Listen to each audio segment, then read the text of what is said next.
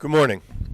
I'm joined, as you can see, by our Mayor, Mayor Evans, and members of my command staff, our local U.S. Marshal that assisted in the arrest we're going to be discussing. Chuck Salina was unable to be here this morning. On April 22nd, 2024, shortly after 3 a.m., David Treese III was working his job as a taxi cab driver for Associate Taxi when he was dispatched to 1st Street in the City of Rochester to pick up a fare. When he arrived on 1st Street, the suspect immediately entered the back seat of his vehicle, produced a handgun, and began to pistol whip the victim with the handgun while demanding money. The cab began to pull away while the suspect continued to pistol whip the victim. During the pistol whipping, the suspect paused to fire approximately 5 to 6 shots at close range, striking the victim multiple times in the body. The pistol whipping continued until the vehicle was in the 100 block of Bay Street, where Treese was able to stumble out of the driver's seat. He made it to North Sidewalk, where he collapsed and ultimately succumbed to his injuries. As Treese stumbled out of his vehicle, the suspect jumped into the driver's seat of the taxi cab and drove away at a high rate of speed. The suspect made it as far as Central Park, where he crashed into a tree and fled on foot, leaving the taxi cab behind. Officers became aware of the crash around 3:20 a.m. when a call came into 911 reporting a car crashed into a tree on Central Park. About an hour after the call for the MVA, a passerby called 911 to report an unresponsive male in the 100 block of Bay Street. Officers responding there found Treese on the sidewalk, clearly deceased from multiple gunshot wounds. During the preliminary investigation, they quickly determined that the motor vehicle accident and the shooting of Treese were connected. Ever since the early morning hours of April 22nd, the major crimes homicide investigators, led by Captain Umbrino, over here with my command staff, have been working the robbery-murder investigation. They were ultimately able to identify 36-year-old David Porter, a City of Rochester resident, as the person who murdered David Treese III.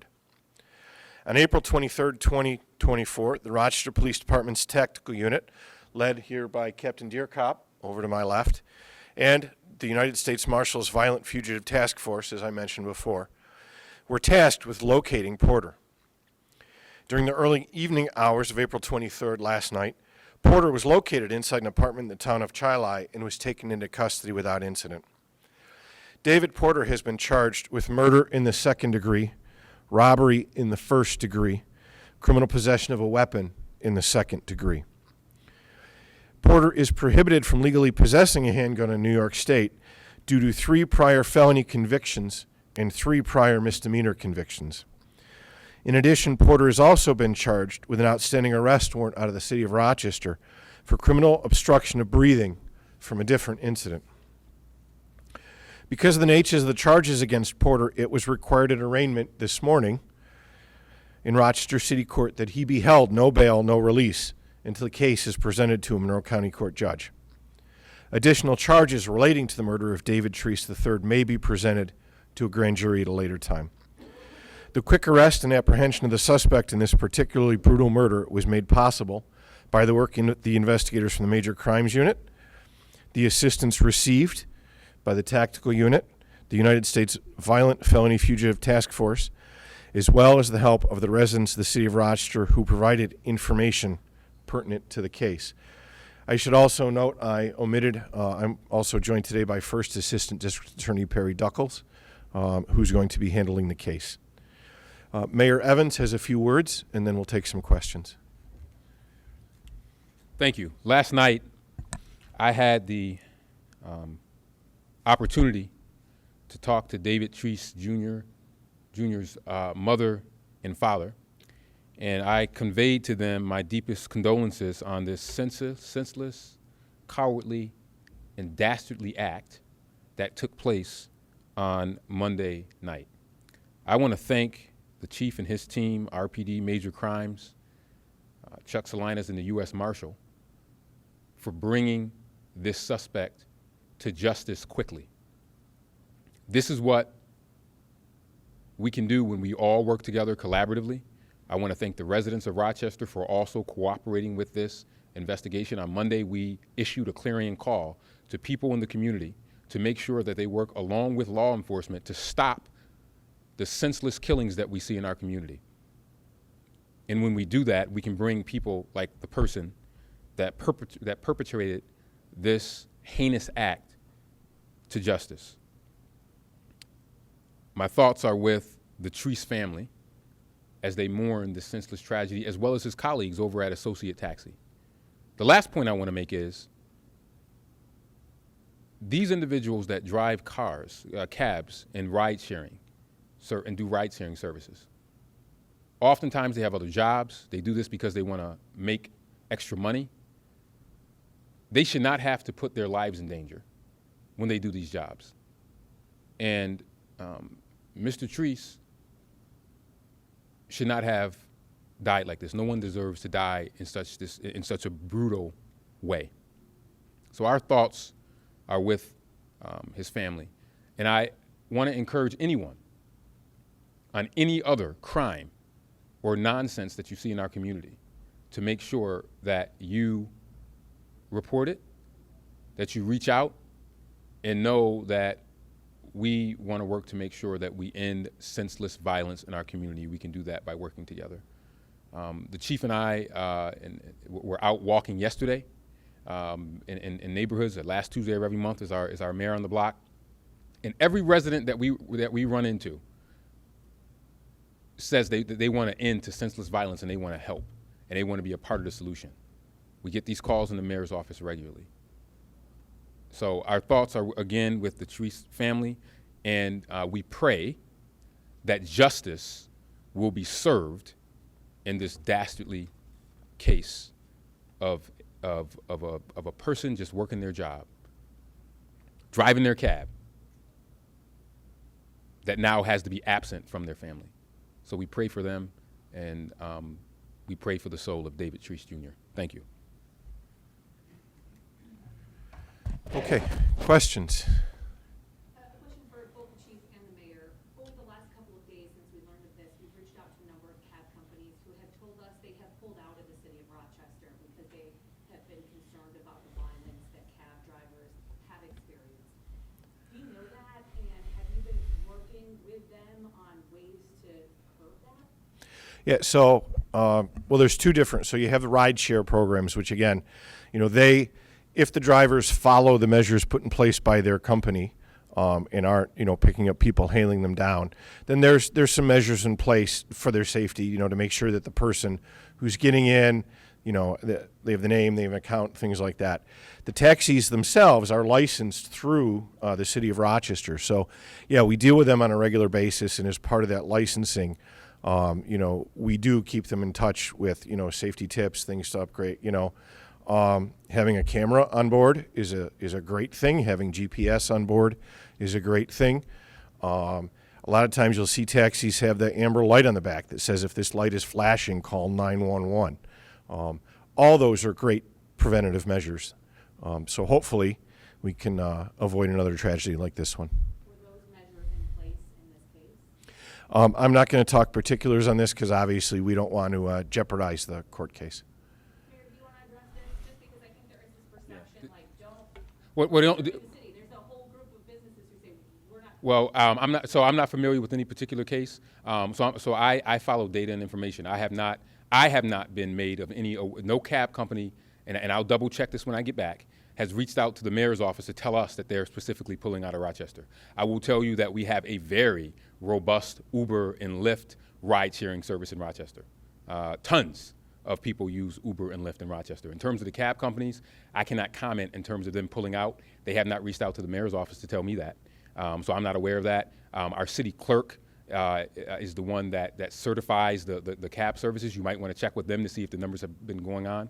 But who are the two that said?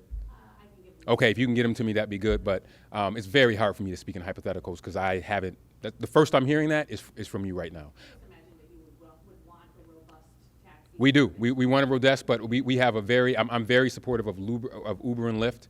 And I advocated for them to come to the city of Rochester, and they do a good job serving Rochester. They offer lots of coverage, but we also want to make sure that you have taxis as an option as well. But I would say that if anyone is concerned with safety measures, they should reach out to myself and the chief so that way we can address them. But the first time I'm hearing of anyone pulling out is you just saying that right now. So if you can get me those names, that'd be great, and then we can cross-reference that with the county clerk's, with the city clerk's office. For Chief Smith, can you tell us at all about the evidence that led to David Porter being identified as a suspect? No, we're going to have to wait for the trial for that. I'm sorry. Can you tell us anything about weapons that may have been collected at the time of his arrest? No, I can't get into specifics about that. How about his history? You said he's a 3-time convicted felon. He had a warrant out, so had he been released on bail or bond and was awaiting something and didn't show up? Or what are the circumstances around the outstanding warrant? So I don't know if it was a bench warrant or an arrest warrant. I can get clarification on that for you. That would make a difference. I just know it was an outstanding warrant. This is a question for both Mayor and Chief. In terms of just the message to the community as well, to not stand for this, we've seen situations, obviously not related specifically to this one, but where people are almost taking justice into their own hands, going after perpetrators. There's just an instance last night with the situation where the significant other was chased after and then had guns drawn on them.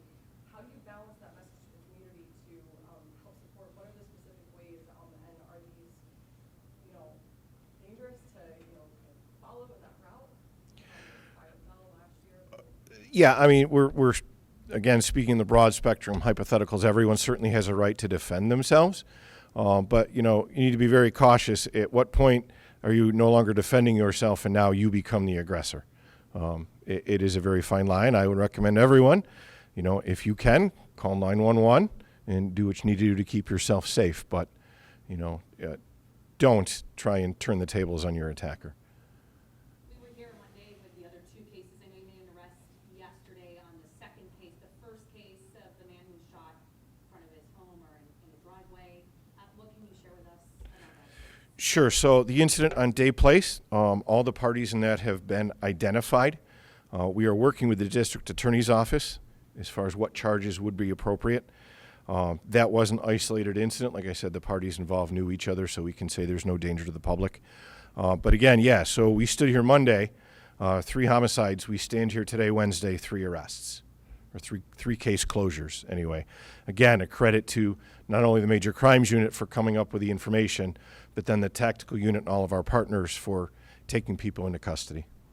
So that first incident, is it justified shooting, or is that what you're investigating, or if it's not an arrest? That, again, that's not something we determine. We present facts to the DA's office, and the DA's office has to determine what course we're going to follow. So we'll refer to them at this point on this.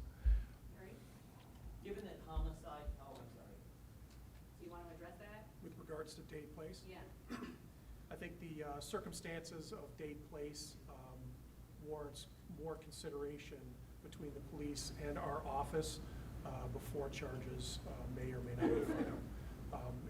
It was one of those types of incidents where the circumstances are not what we normally see. Given that homicides, Mr. Mayor, for you, are nearing where they were this same time last year, and yes, they were down year over year in 2023, are you at all concerned that we're going to now begin to start to see a rise as we head into warmer months? Let me be clear about homicides, and you should I say this regularly. One death is too many, so I'm always concerned anytime we have even one homicide. As you know, we've had the numbers that you are citing this year. 2 of those homicides are the result of people who have died in previous years.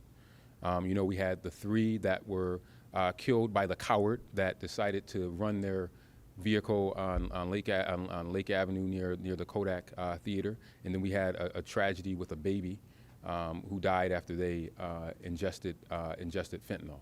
So we are, you can see by me the way I'm able to recite these without even looking at notes. We worry about every single homicide. So when someone says the numbers matter, but you know what matters more than the number to me?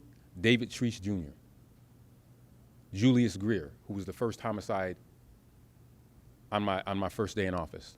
So of course I'm concerned about the numbers.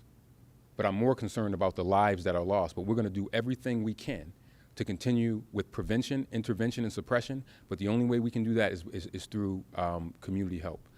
I believe that we will continue to see a reduction in homicide, as we have seen over the last 2 years, as long as we stick with our strategy and as long as the community continues to do the great things they are doing in terms of cooperating, calling major crimes, calling the mayor's office. On my way out, I got to call some folks back who want to deliver tips that I then can pass on to the police department. So we are always concerned with homicides, but we have to do everything we can to make sure that trend goes down. We don't want to see those numbers go up. But I ask that people remember the names of the people. Taxi cab driver, 45 years old, never bothered anybody in his life, would give the shirt off his back according to his mother and father and his colleagues. But he's dead because of a coward. And I think that that's what people need to remember, because it's David Treese today. It could be anybody else in this room. And this is why people have to speak up. Because this individual that did this has a propensity to do this.